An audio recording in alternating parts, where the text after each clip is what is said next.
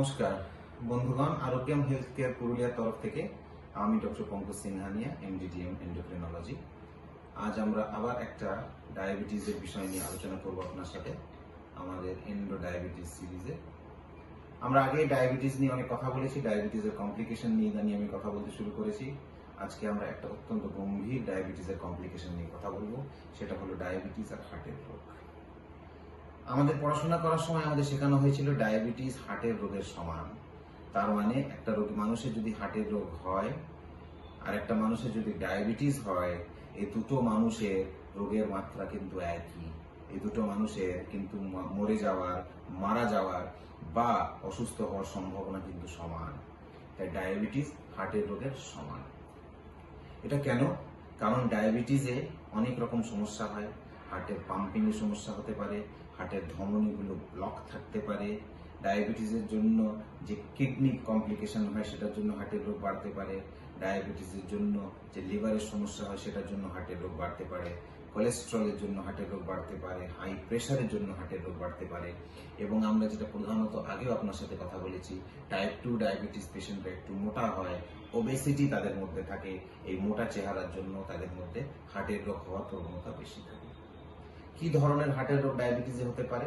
ডায়াবেটিসের মধ্যে আর্টারিগুলো, হার্টের ধমনীগুলো ব্লক হতে পারে, যেটার জন্য করোনারি আর্টারি ডিজিজ হয়, হার্ট অ্যাটাক যেটাকে আমরা সাধারণ ভাষায় বলি, বা অ্যানজাইনা বা মায়োকার্ডিয়াল ইনফাকশন হতে পারে।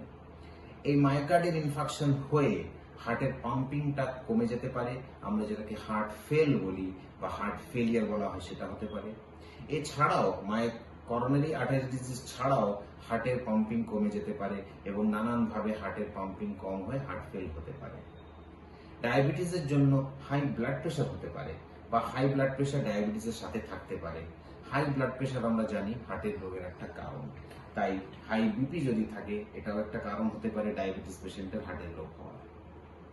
এছাড়া মোটা মানুষ, মোটা চেহারা হলে, শরীরের ওজন বেশি হলে, অ্যাডিপোজ টিস্যু বা ফ্যাট জাতীয় শরীর মাত্রায় বেশি হলে সেটার জন্য কিন্তু হার্টের রোগ হতে পারে।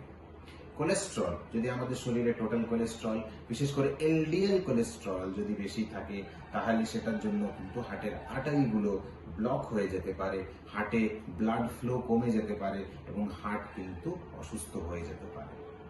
এই সমস্ত কারণে ডায়াবেটিসে হার্টের রোগ হয়। আমাদের করণীয় কি আছে?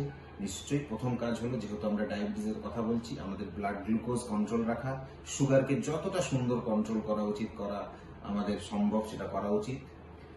ব্লাড প্রেশার কন্ট্রোলে রাখা, কোলেস্ট্রল কন্ট্রোলে রাখা, ওজনটাকে নর্মাল, আমরা আগেও কথা বলেছি বিএমআই নিয়ে, ওজনটাকে আপনার হাইটের অনুপাতে নর্মাল রাখা, নুন কম খাওয়া।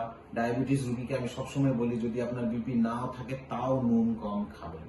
একটা হেলদি লাইফস্টাইল মেনটেন করা, ডেইলি এক্সারসাইজ করা, ওয়াকিং, যোগা, প্রাণায়াম করা, স্মোকিং, ধূমপান না করা, অ্যালকোহল হয় না নেওয়া কিংবা খুব লিমিটেড অ্যামাউন্টে নেওয়া, এবং স্ট্রেস, মানসিক টেনশন যত কম করা যায় তত কিন্তু আমাদের শরীরে হার্টের রোগ হওয়ার প্রবণতা কম থাকবে।